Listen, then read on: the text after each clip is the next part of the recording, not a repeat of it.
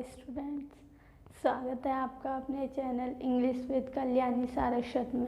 तो आज हम बात करने वाले हैं बेसिक ऑफ इंग्लिश। आज से हमारी क्लास स्टार्ट होने वाली है इंग्लिश की। तो पहले हम इंग्लिश का बेसिक के बारे में जानेंगे, बेसिक क्या होता है इसका। ठीक है, तो सबसे पहले इंग्लिश में आते हैं अल्फ़ाबेट्स। अल्फ़ाबेट्स, तो जब हमने बेसिक ऑफ इंग्लिश की बात कर ही दी है तो हमें कहाँ से शुरू करना पड़ेगा? अल्फ़ाबेट्स से। जो हम जब छोटे थे तो ABCD बोलते रहते थे, तो वही क्या है? अल्फ़ाबेट्स हैं। तो कितने अल्फ़ाबेट्स होते हैं? 26। कितने होते हैं? 26। अब इसमें भी दो चीज़ें होती हैं। अल्फ़ाबेट्स में दो चीज़ें होती हैं। पहली होती है वोवेल्स एंड नंबर सेकंड होती है कॉन्सोनेंट्स। तो वोवेल्स को हिंदी में बोलते हैं स्वर, कॉन्सोनेंट को बोलते हैं हिंदी में व्यंजन। ये व्यंजन डिसेस वाला नहीं है, ये कॉन्सोनेंट वाला व्यंजन है। और वोवेल्स होते हैं 5 एंड कॉन्सोनेंट। अब आप बताइए, जब 26 अल्फ़ाबेट्स हैं उसमें 5 वोवेल्स है तो कॉन्सोनेंट कितने होंगे? ऑब्वियसली 21। ओके, तो इतनी बात आपके समझ में आ गई होगी।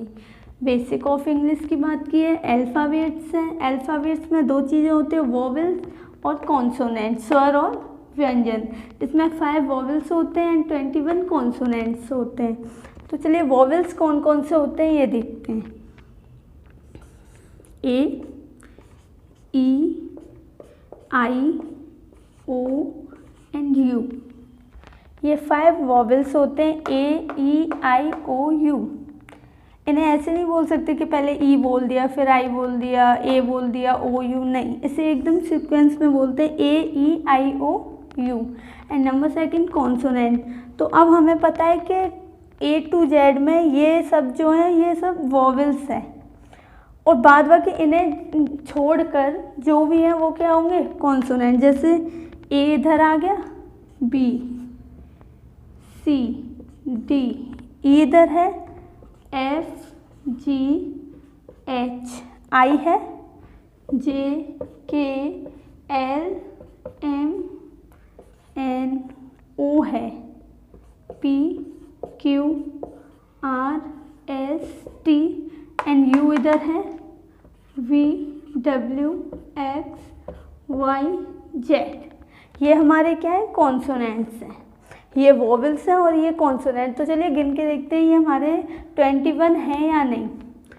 1, 2, 3, 4, 5, 6, 7, 8, 9, 10, 11, 12, 13, 14, 15, 16, 17, 18, 19, 20 एंड 21। तो ये टोटल हमारे 21 है। सही। इस टॉपिक के बारे में बात करेंगे, केवल इससे कवर करेंगे वोवेल्स को। ओके,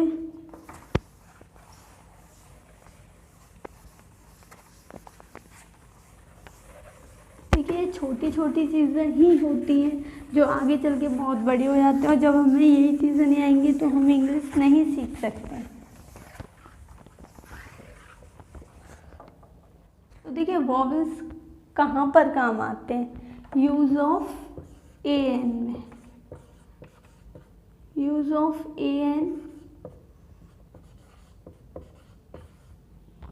में इनकी बहुत ज़रूरत पड़ती है, इनसे ही यूज ऑफ AN बना है। ओके, तो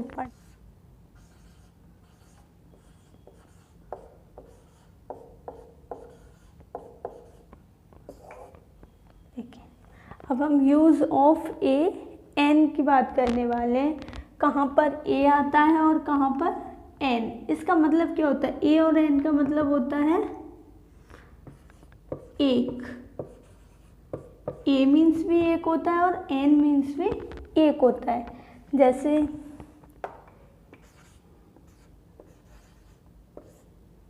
एक सेब और इधर मैंने लिखा एक पेड़।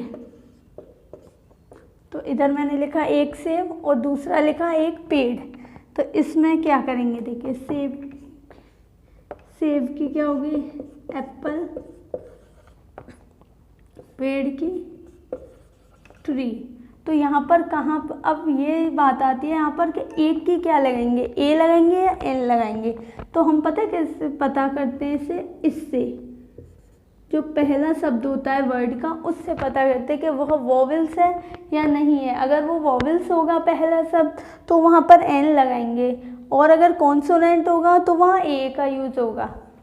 तो ये क्या बनेगा, एन एप्पल, और ये होगा अ ट्री। आई होप आपको समझ में आया होगा। जहाँ पर वर्ड का पहला अक्षर अगर वोवेल्स होता है तो वहाँ पर एन का यूज़ होता है, अगर वर्ड का पहला अक्षर कॉन्सोनेंट होगा तो वहाँ पर ए का यूज़ होगा।